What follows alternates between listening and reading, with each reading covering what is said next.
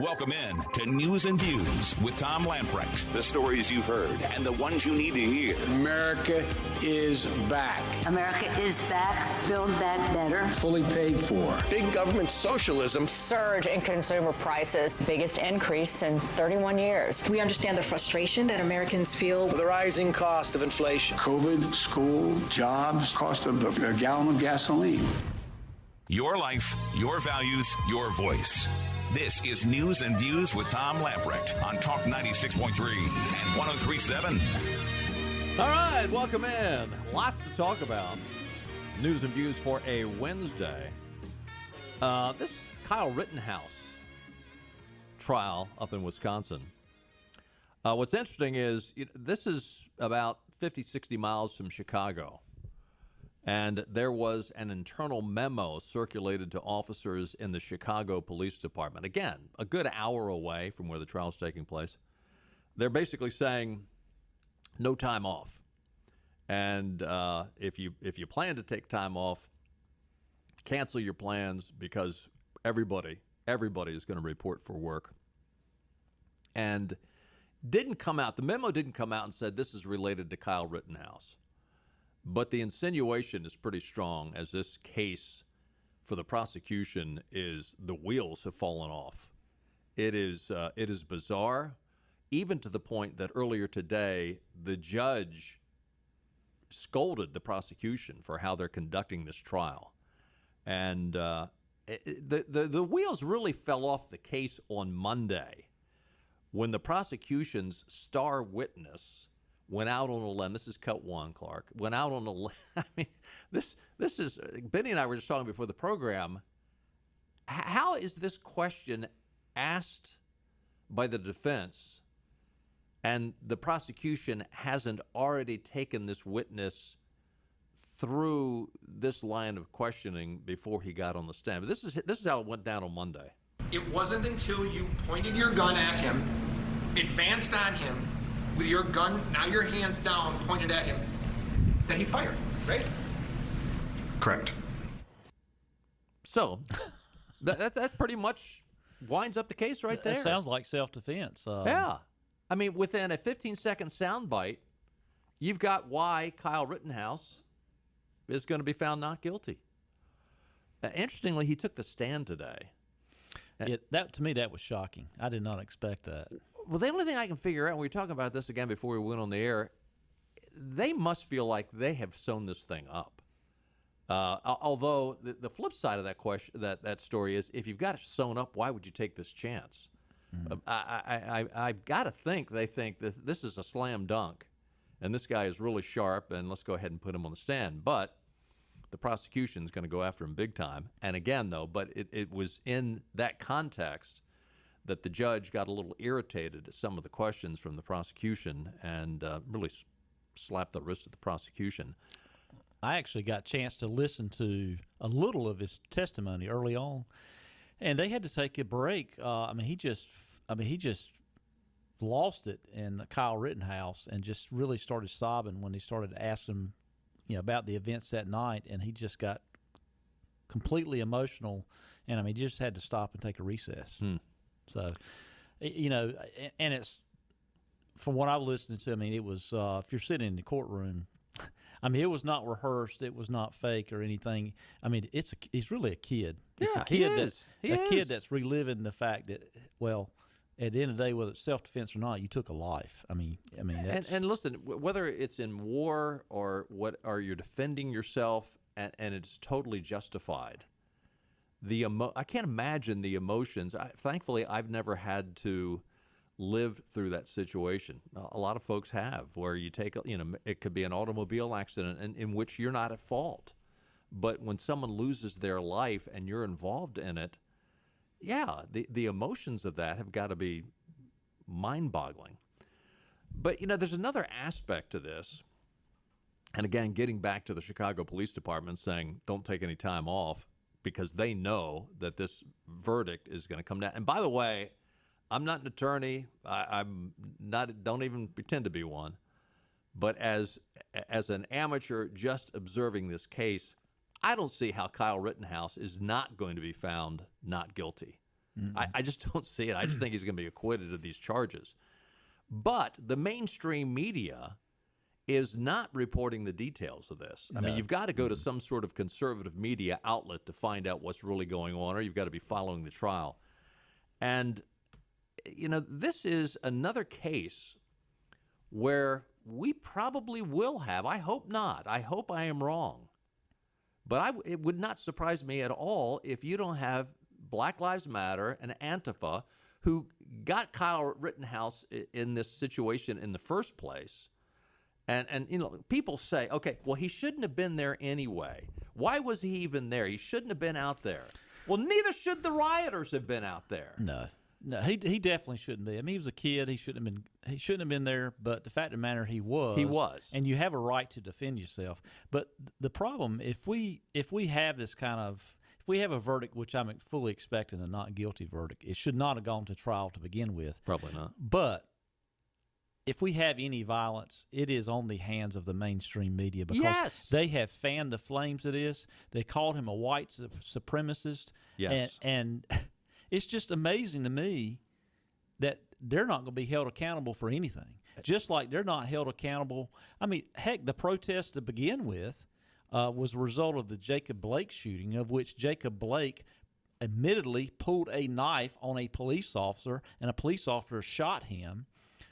It's because of the mainstream media's reckless reporting of that that you had this incident in the first place to occur. Thank you. It is malfeasance on the part of the mainstream media, and if you come out and you tell a lie, that's not good. But if you squelch the truth, is there any difference between squelching the truth that exonerates someone versus telling a lie that tries to implicate someone? There's not really a difference there. A lie's a lie. A lie's a lie, and by their lack of candor, by their lack of truthfulness, the mainstream media, it might not be in this lifetime, but at some point on Judgment Day, they're going to have to answer for what they have done. Well, I can tell you at the end of this trial, and I'm sure the defense attorneys for Kyle Rittenhouse, I mean, nothing's happening. I mean, he's got to get past this hurdle, this criminal trial, and if he's get a non-guilty verdict, there will be some civil lawsuits against MSNBC. Should be. And I think some of these people are all of a sudden being told, let's don't talk about this a whole lot. Well, you remember, what was the young man's name? Nicholas Sandman. Nicholas Sandman. I couldn't remember his first name. Who sued CNN, I think the Washington Post, and a slew of them. Won a bunch of money. Maybe that's why the mainstream media isn't reporting on it. I think that's why they're quiet about it, because if we get a non-guilty verdict today, I think the civil lawsuits are probably already been drafted. Well, I hope that they do, because, hey, that's a good way to shut these people up, put them out of business. How about some good news? I like this story. Inflation's less than 10%? Well, that's one of the stories. That's not in the good pile. No, the North Carolina Senator Buck Newton, who you remember was it 3 years ago, ran for Attorney General against Josh Stein. Was it been 3 years now? Anyway, he ran against Josh Stein for Attorney General, and he lost by less than 1%. I think it was less than 25,000 votes across the entire state. So that was a very close race. I was really disappointed when I was more disappointed that Buck Newton lost to Josh Stein than I was that Dan Forrest didn't beat Roy Cooper. I just really think the world of Buck Newton. He's a great guy, and he's got his head screwed on straight. He has, in an interview he did with the Carolina Journal, talking about getting back into public service, running for the newly drawn North Carolina Senate District 11, which he won Senate District 11 in 2010. Well, I'm not sure what the new district number is. Senate District 4 is the new one, which includes Wilson County, his home county, Wayne, and Greene County. And again, kudos, we talked about this last week, but kudos to the folks that drew up the districts, the North Carolina legislature. They didn't split a lot of the counties, and I think those are whole counties that Buck Newton could run in. And the current Democrat Senator Toby Finch is also from Wilson County. He is the incumbent from that district. But I think Buck would make a great candidate in that race. The only thing I will complain about, it's not a complaint, I'd love to see him run for that, but I would really, really love to see him run for Attorney General again. I think the people are just sick and tired of the games that Josh Stein and Roy Cooper are playing, which, by the way, includes a controversial environmental program that is being currently controlled by the Attorney General, Josh Stein. Now, this story goes back to July of 2000, 21 years ago, when then Attorney General Mike Easley reached an agreement with hog plant giant Smithfield Foods and all the folks under their umbrella. In this agreement, it was a commitment to provide up to $2 million a year for 25 years for environmental enhancement activities. How these Democrats get away with malfeasance, again, I'll use that word again, malfeasance, how they have managed to circle around, and as Obama would say, I've got my phone and my pen, and I'm going to bypass Congress. Well, Josh Stein and the Attorney General's office has bypassed the North Carolina legislature. Again, he bypassed the legislature when it came to voting laws, and now he is doing that with these funds that should be dispersed by the legislature. And the Supreme Court has ruled. Well, let me clarify that.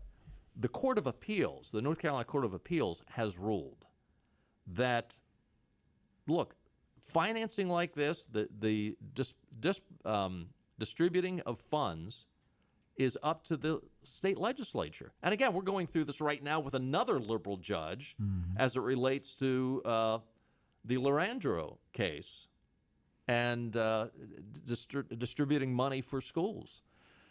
It is...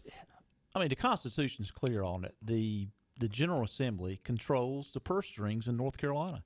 If you don't like that, you can disagree with that. If you don't like it, get the Constitution changed. Yeah. But Attorney General Josh Stein was just in New Bern yesterday, paying out some of the money from this fund. It's a slush fund for Josh Stein. It's what I call it is his future governor fund. Yeah. He's getting future governor points, going out writing checks, Paying off people. Yeah. Paying off people, and that's all it is. Yep.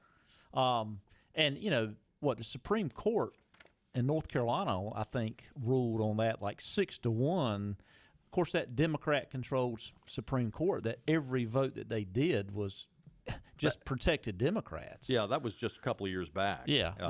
Well, in April of 2020, the Supreme Court ruled 6-1 that Attorney General Josh Stein could continue to use the money for his environmental enhancement grant program. Of course it is. Yeah. Full of Democrats. That, I mean, every issue they voted on basically was pure partisan. I mean, that's why it's important for, very important. In fact, Jim Perry, when we had him on the show earlier this week or last week, said how important the judicial races are in North Carolina. You know, if we don't have a Supreme Court in North Carolina that don't pay attention to laws and uphold the Constitution, then hey, regardless of how hard we work, what's going to happen? So maybe now it's controlled by our friend that won as Chief Justice. Paul Newby. Paul Newby, yeah, right. Paul Newby. Yeah, so. Isn't it interesting that Paul Newby was the only one that voted against Josh Stein being able to hand out these goodies? And he was on the minority on that. He is now the head honcho of the Supreme Court. It'll be interesting to see what happens. Paul Skip Stam, who is a former North Carolina Republican leader, he is on the prosecuting. Not the right word. What am I looking for? He is on the side against Josh Stein. He is on the side of the legislature, saying that Josh Stein does not have this plaintiff. The plaintiffs they do not have this option. He says, since we filed our brief, It's now $6 million. That's how much money is in the fund since they filed the briefs. Now, the money's been going in there since 2001, but minus $1.2 million that the Attorney General has somehow extracted from the Treasury by inexplicable mechanism. They don't know how he got it. He said, getting a key to take money out of the Office of State Budget and Management is like getting the key to Fort Knox. Paul Skip Stam is saying, I don't know how he got the key. I don't know how he's doing it, but he's doing it, and it needs to be stopped. Quite frankly, the money needs to be returned, and the North Carolina legislature ought to be the ones that decide who is going to have this money distributed to them. There's no way you can view it other than a slush fund. I mean, it was basically a settlement in regards to a civil penalty, as I recall. So what is that? That is due to, in North Carolina, that goes to public schools if I'm correct on that. But it certainly doesn't go to a slush fund for an attorney general. It does not. Thank you. It was what Judge John Tyson wrote. The statute clearly mandates that these are public funds. They belong to the taxpayer of the state, and they're required to be deposited into the state treasury. North Carolina courts have not permitted members of the executive branch to exercise unbridled appropriation or expenditure of unbudgeted public funds. All funds due or held under the agreement must be paid and deposited into the state treasury rather than to a private bank account under the exclusive control and direction of the Attorney General, Tyson wrote. Yeah. I mean, fundamental question. Whose name is the bank account in?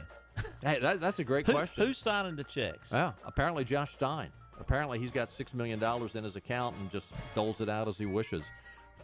Again, malfeasance, big time. Somebody needs to hold these people accountable.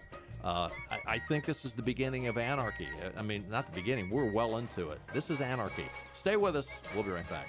And we're on location at one of my favorite places in the whole planet because this is some of the best food you're ever going to eat in your life. We are at Nino's on Red Banks Road in Greenville. It's one of my hangouts. It's one of the places that I love. I got my friend Pietro Pasalacqua. How'd I do? You did great. Let's talk about the food. What makes this place? I know it's special Italian from authentic Italians, but tell us why it's so special.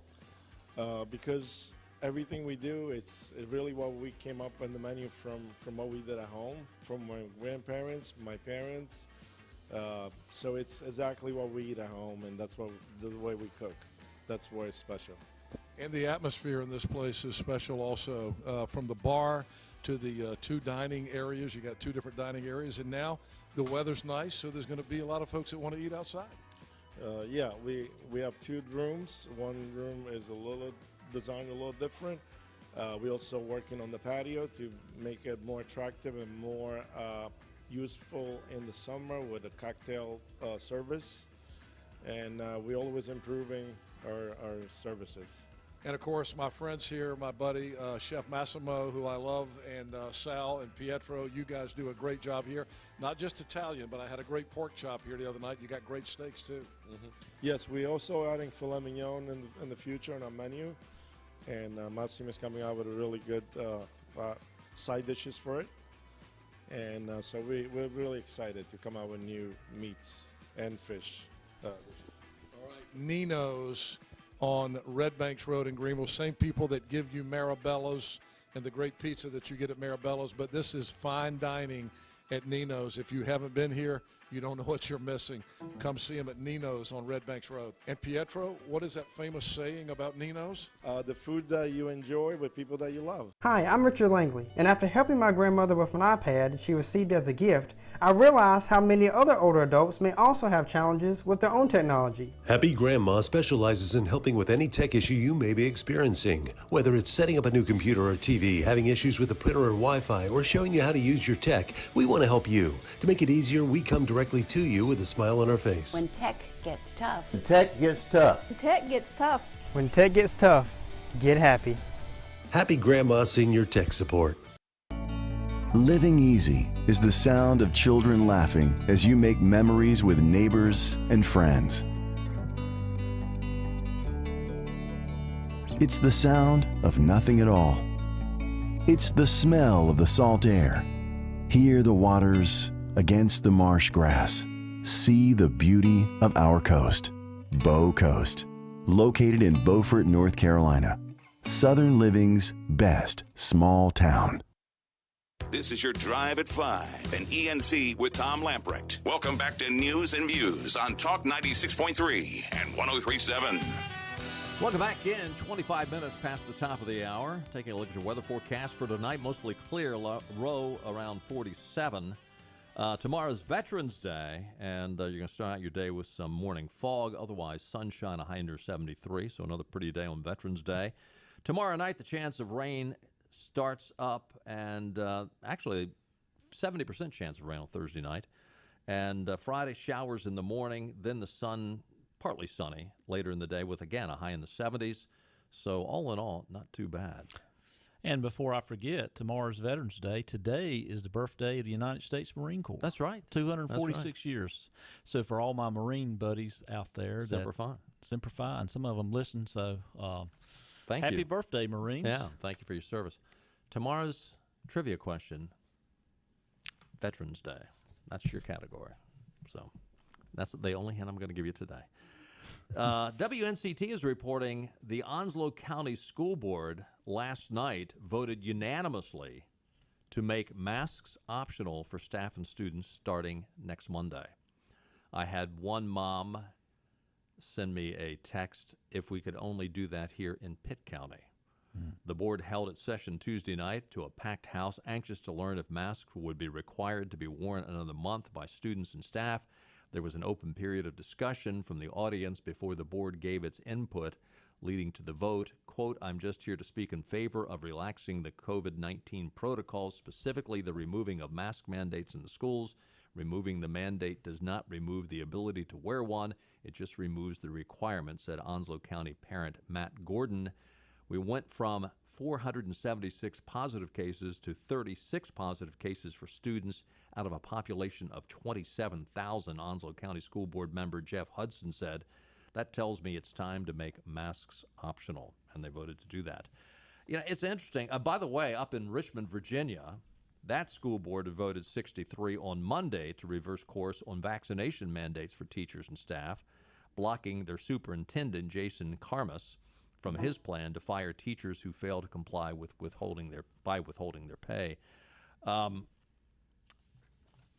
You know, there is getting to be quite a bit of pushback on all of this.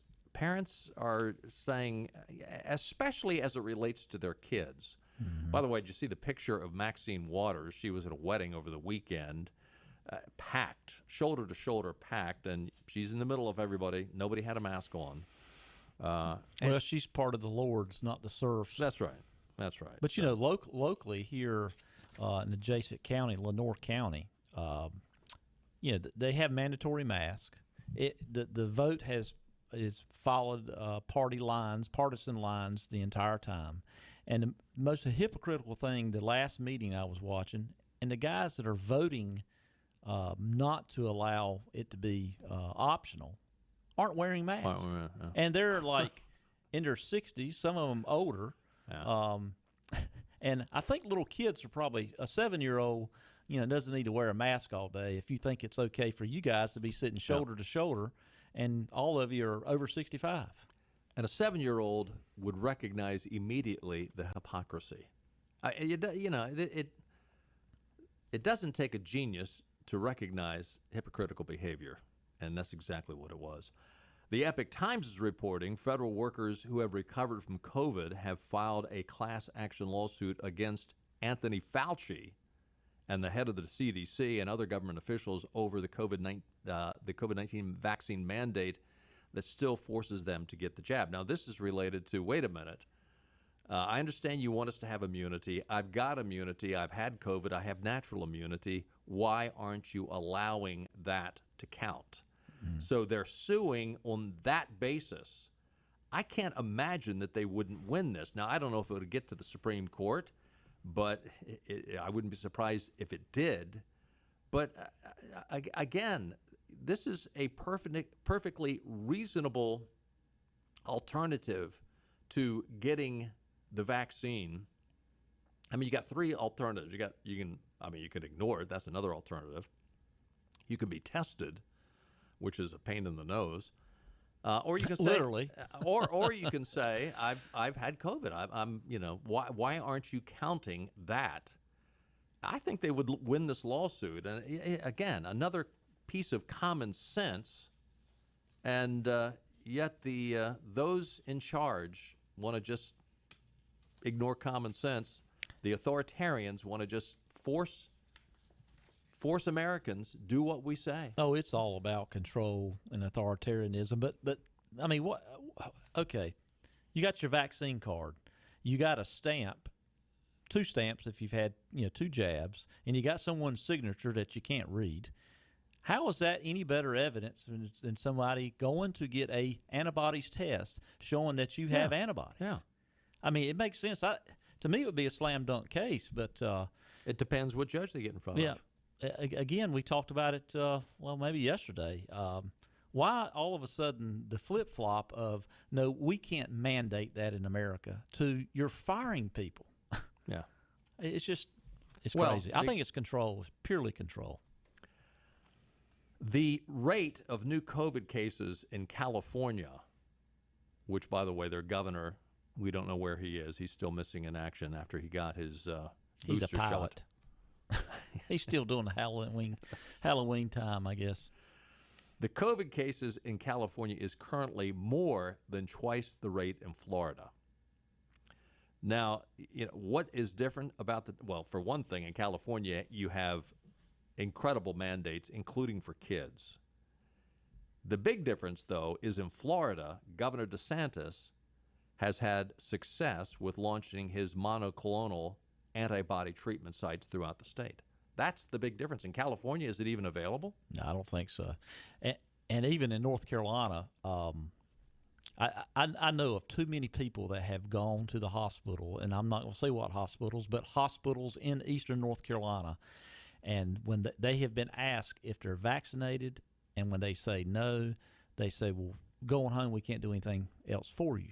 Now, what the heck does being vaccinated or not vaccinated have to do with, at the end of the day, when we look back on this and there's some research done and there's some studies done, people have died unnecessarily over this. I'm convinced of it. California is averaging 16 new cases per 100,000. Residents in Florida, 7 per cases. So it's less than 50%.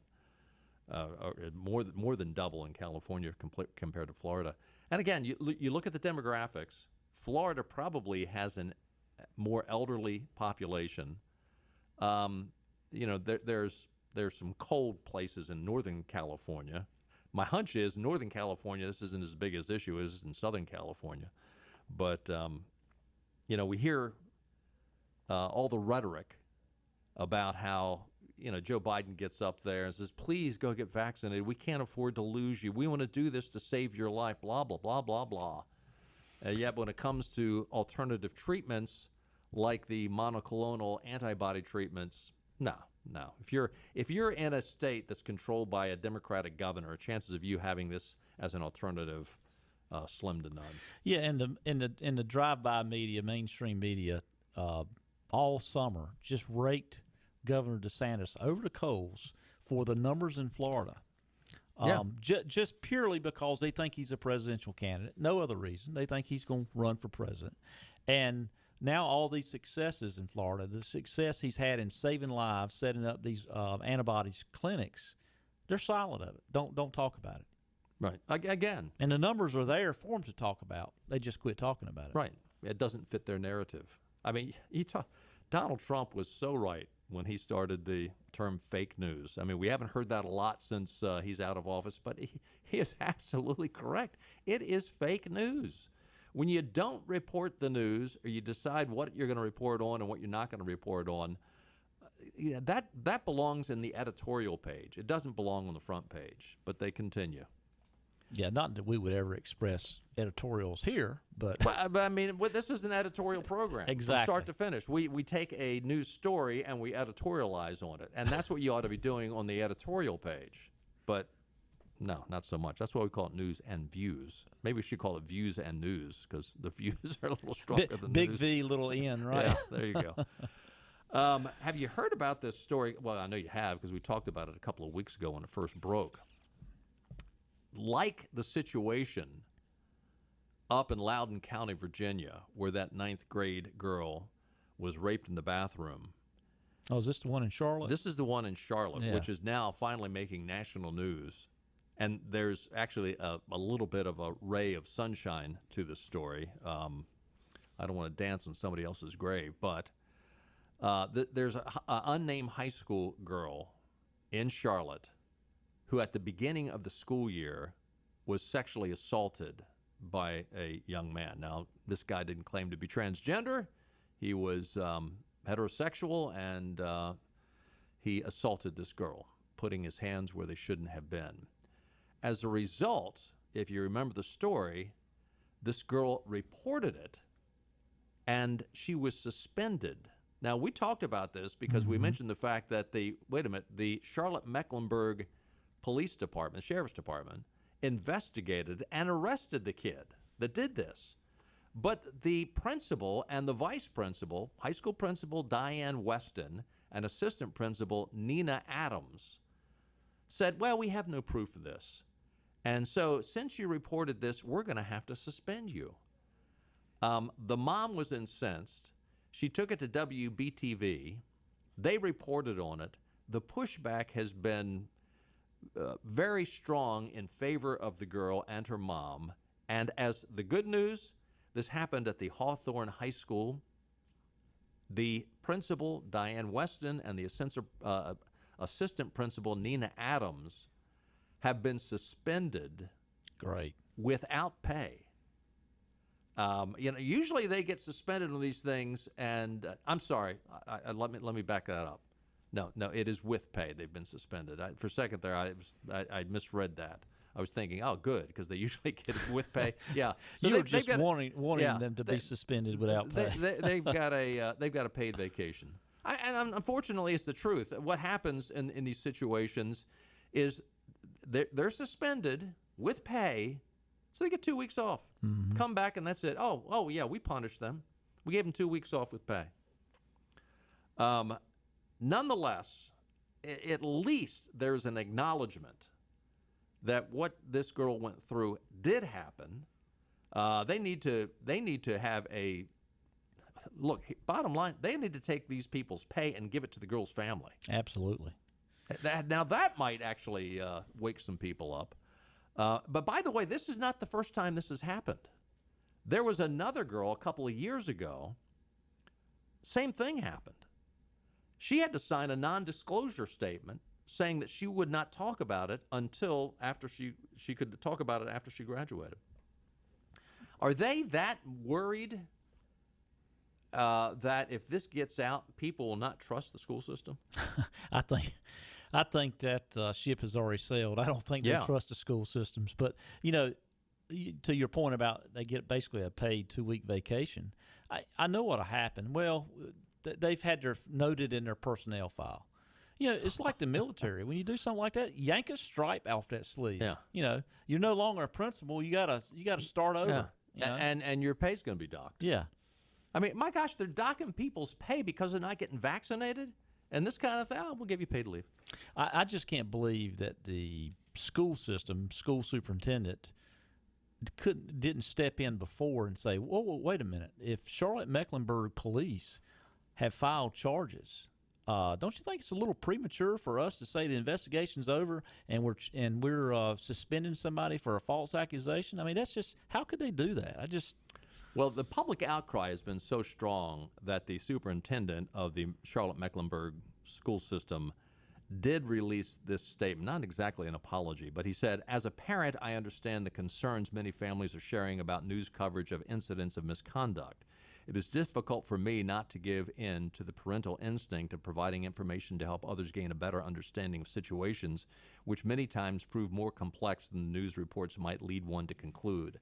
As the leader of the district, I am bound by law not to disclose confidential information about such matters as individual student discipline or ongoing police investigations. In other words, just shut up and mind your own business. I'm not going to talk about it. Yeah. And if he gets reprimanded, he'll get a job at Department of Public Instruction and one of those cushy jobs up there where you get overpaid, and to tote coffee to each other all day. Do nothing. Yep. Yeah, there's plenty of it. We got to take another time out. Stay with us when we get back. Donald Trump is letting those senators and members of Congress who voted with the Democrats on the Biden's budget bankruptcy bill, he let them have it last night. We'll talk about that when we get back.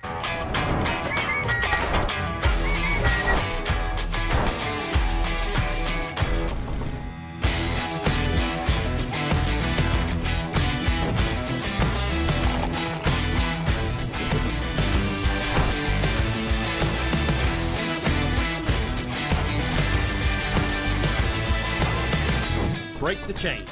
Eat local. Tiebreakers.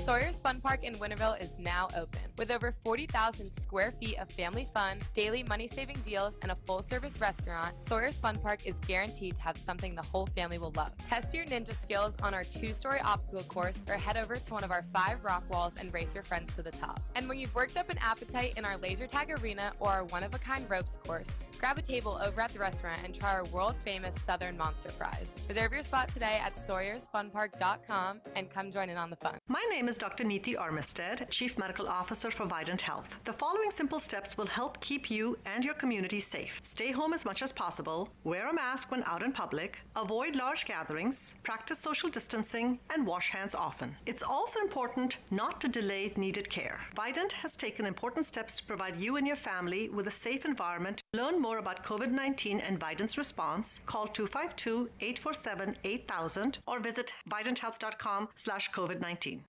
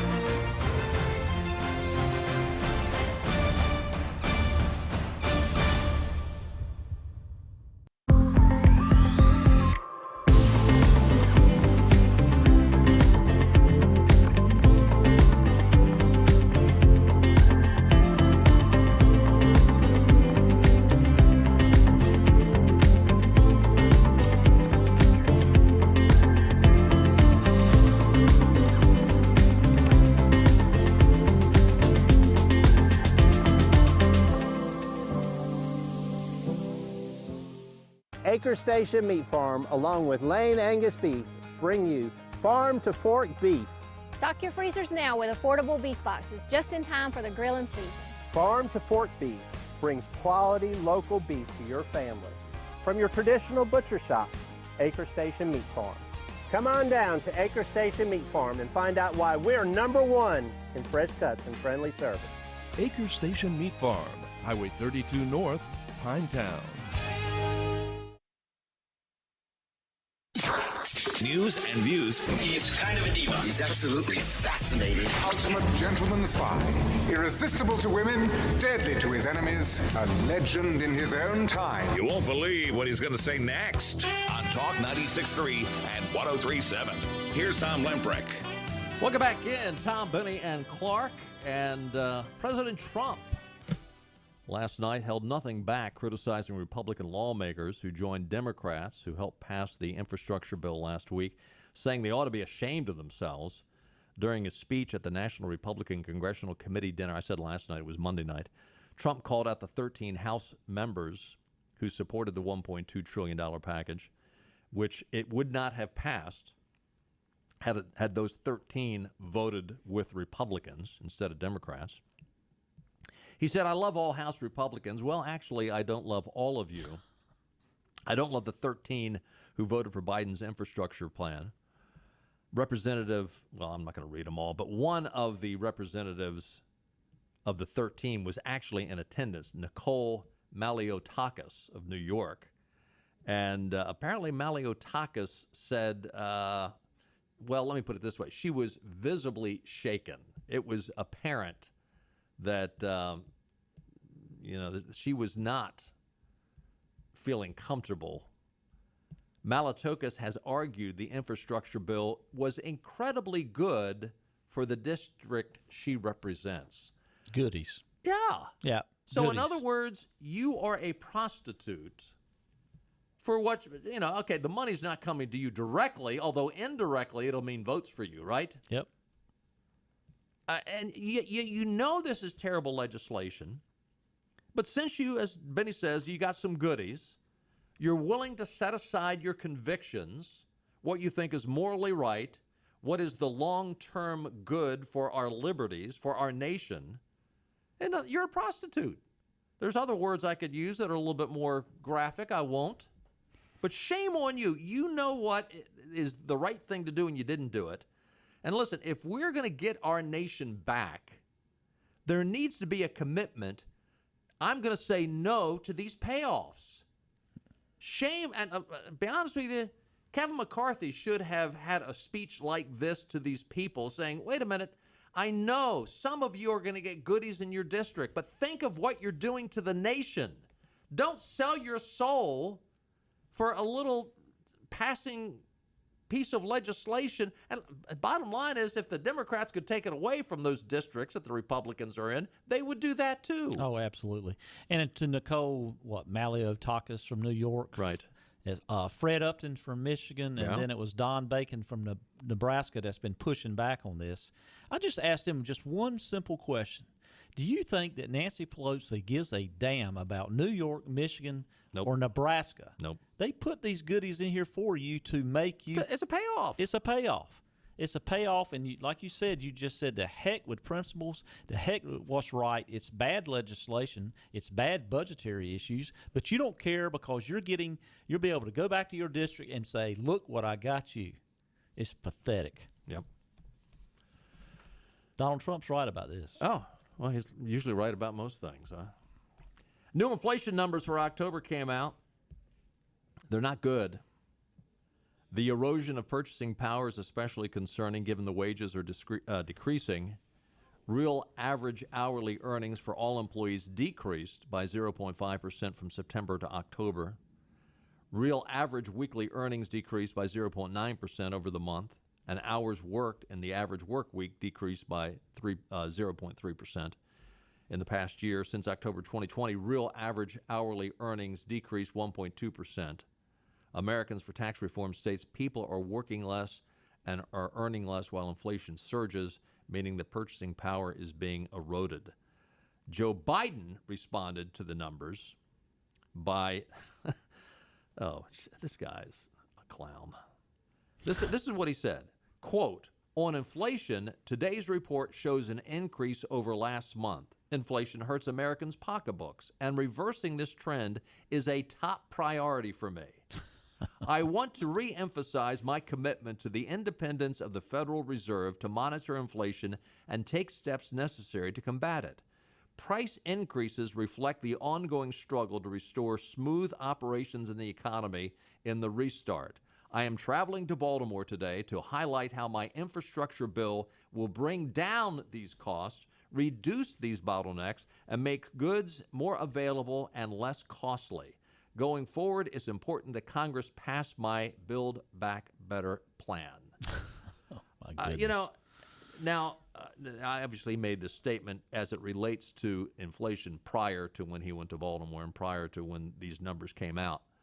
But this guy is totally clueless. He is still maintaining by spending more money and printing more money and having more giveaway programs, we're going to reduce inflation. This is a guy that's been on a government teat for 50 years, 50 plus years. Yep. And to my progressive friends, I talked to one a week or so ago, bragging about the 401k balances and what it's doing under Joe Biden. Well, guess what? Yeah, it's going up, but that 401k is really getting to be more like a 301k, and if inflation keeps going, it's going to be a 201k. I mean, you're losing purchasing power. What did Elon Musk came out with a statement over the last 24 hours talking about how these people have never had to meet a payroll, they've never had a real job. He's right. He's right. He's yeah, right. I didn't hear that, but Musk he's really I wouldn't be at all surprised if he didn't run for something, get in politics. We got to take another timeout. Stay with us. We'll be right back. Your trade is in high demand. That means your trade-in value has never been hotter. Get to Greenville Toyota now. We'll pay more for your trade than ever before. Get cash on the spot, even if you don't buy from us. At Greenville Toyota, where our volume saves you money.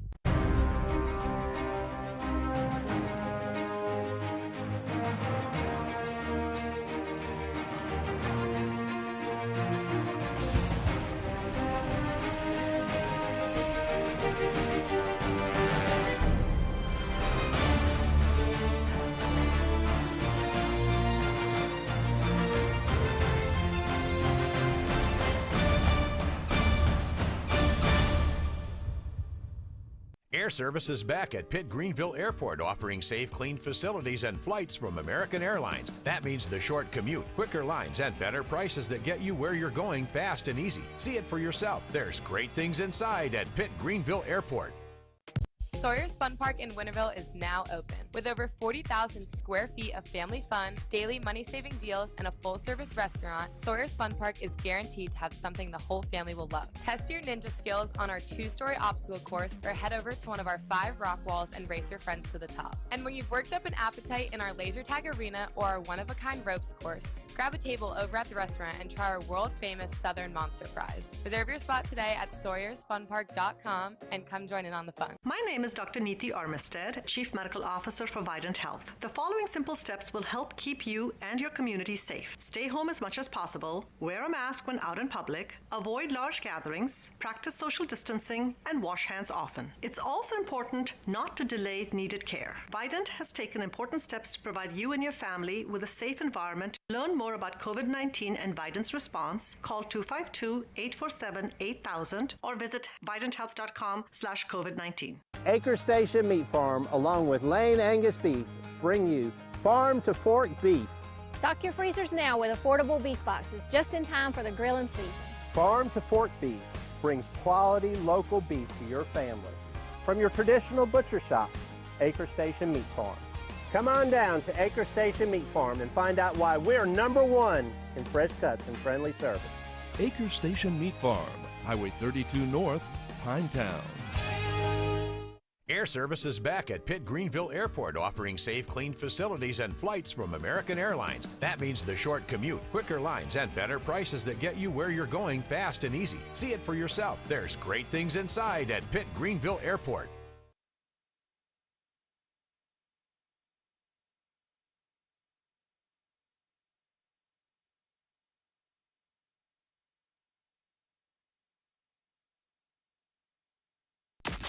It's a beautiful day in this neighborhood, a beautiful day for a neighbor. First thing you should do after work. I turn on the radio. Check in with Tom and Benny. Gotta know what's happening in my city. What's going on in my backyard. Things that are happening locally. I like the local news. Things that I don't hear everywhere else. For the local news you want. Kept me informed for all of the local stuff, It let me know what was going on in the local community. Eastern Carolina's news source is News and Views on Talk 96.3 and 103.7. So we're talking about the inflation numbers. There was some pushback by Joe Manchin to Joe Biden. Manchin tweeted, "By all accounts, the threat posted by record inflation to the American people is not transitory. It is instead getting worse. From the grocery store to the gas pump, Americans know inflation tax is the real tax, and D.C. can no longer ignore the economic pain Americans feel every day." So Joe Manchin is pushing back, but he's not alone. There is now pushback from some 11 Democratic U.S. senators, including Ed Markey and Elizabeth Warren, Chris Van Hollen of Maryland, Jeanine Shaheen, Blumenthal, Sherrod Brown. All your ultra-libs have now sent a letter to Joe Biden demanding that he do something to bring down the cost of gasoline. And now they're saying we need to release the Strategic Petroleum Reserve and a ban on crude oil exports. Well, first of all, are we exporting any crude oil? I doubt if we are, because I would think we'd be burning it all up right here. But the idea of releasing gasoline from the Strategic Petroleum Reserve, that's a Band-Aid. and you might bring it down for 2 weeks, and once all that's burned up, it's going to go shooting right back up again. But you can't have it both ways. I mean, these same people are all for Joe Biden and Barack Obama going over to this climate global summit in Scotland and condemning the United States and saying we should pay for all the green energy that we need to absorb. And they want to shut down the oil industry. They want to cripple Americans. But yet when it comes time that they look at the poll numbers and they say, because a bunch of these people that signed this letter are up for re-election in 2022, and they're thinking, my fanny's on the line. I ain't going down for this guy. And, what do? They quickly say, hey, we gotta make sure that the cost of gasoline comes down. Suddenly, climate, and by the way, these same people are saying the world will come to an end, the oceans will rise, we'll all drown if we don't do away with fossil fuels.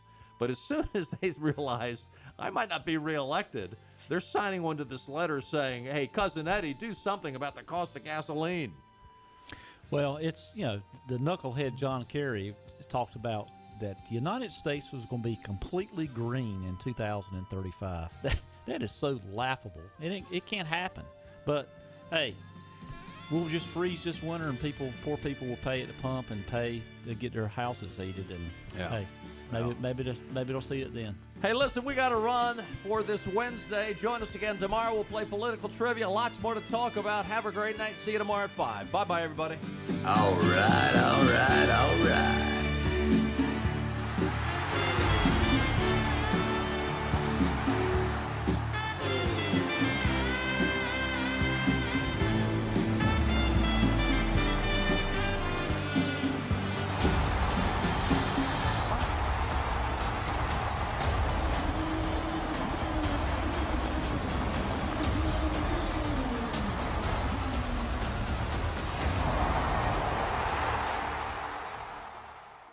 We're on location at Fabric and Home Furnishings, and I'm back with my friend Lisa Pendry.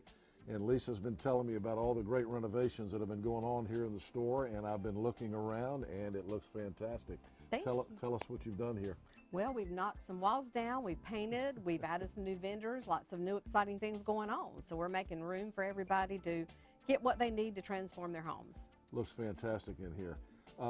Last time we talked, you were saying that you were able to deliver a lot faster than most other furniture stores. Is that still the case? It is. It's changed a little bit, but we're still looking at around 8 to 10 week delivery, and we do sell our floor samples right off the floor. All right, we always say that Fabric and Home Furnishings is more than just a fabric store, so tell us what the more is all about. When people come in, what should they expect? Well, we love to get to know our customers. I have the best crew I've ever had, and everybody on my team is an interior designer. So we offer in-home design service, which we always have, but now they can each come out to your home after they work with you in here, figure out what's going on in your residence or your commercial property to pull it together and help you make everything beautiful. You got great folks here. I do. I can tell you, I haven't gotten to know them. It's like a family when you come in here, and everybody gets along well, and you can tell that these guys and gals really know what they're talking about when it comes to interior design. They do, and that's really what makes us different. We offer complete in-home design service. We don't charge a by-the-hour fee. It's a flat one-time fee. We work with you in here, in your home, in your business, and help pull everything together. All right, it's more than just a fabric store. Fabric and Home Furnishings in Arlington Village. Come see this lady. She's fantastic. Fabric and Home Furnishings. Come see the renovations here in Arlington Village. And thank you for the visit today. Thank you, Henry. All right, you got to come see what they've done in the store here on Arlington Boulevard in Arlington Village.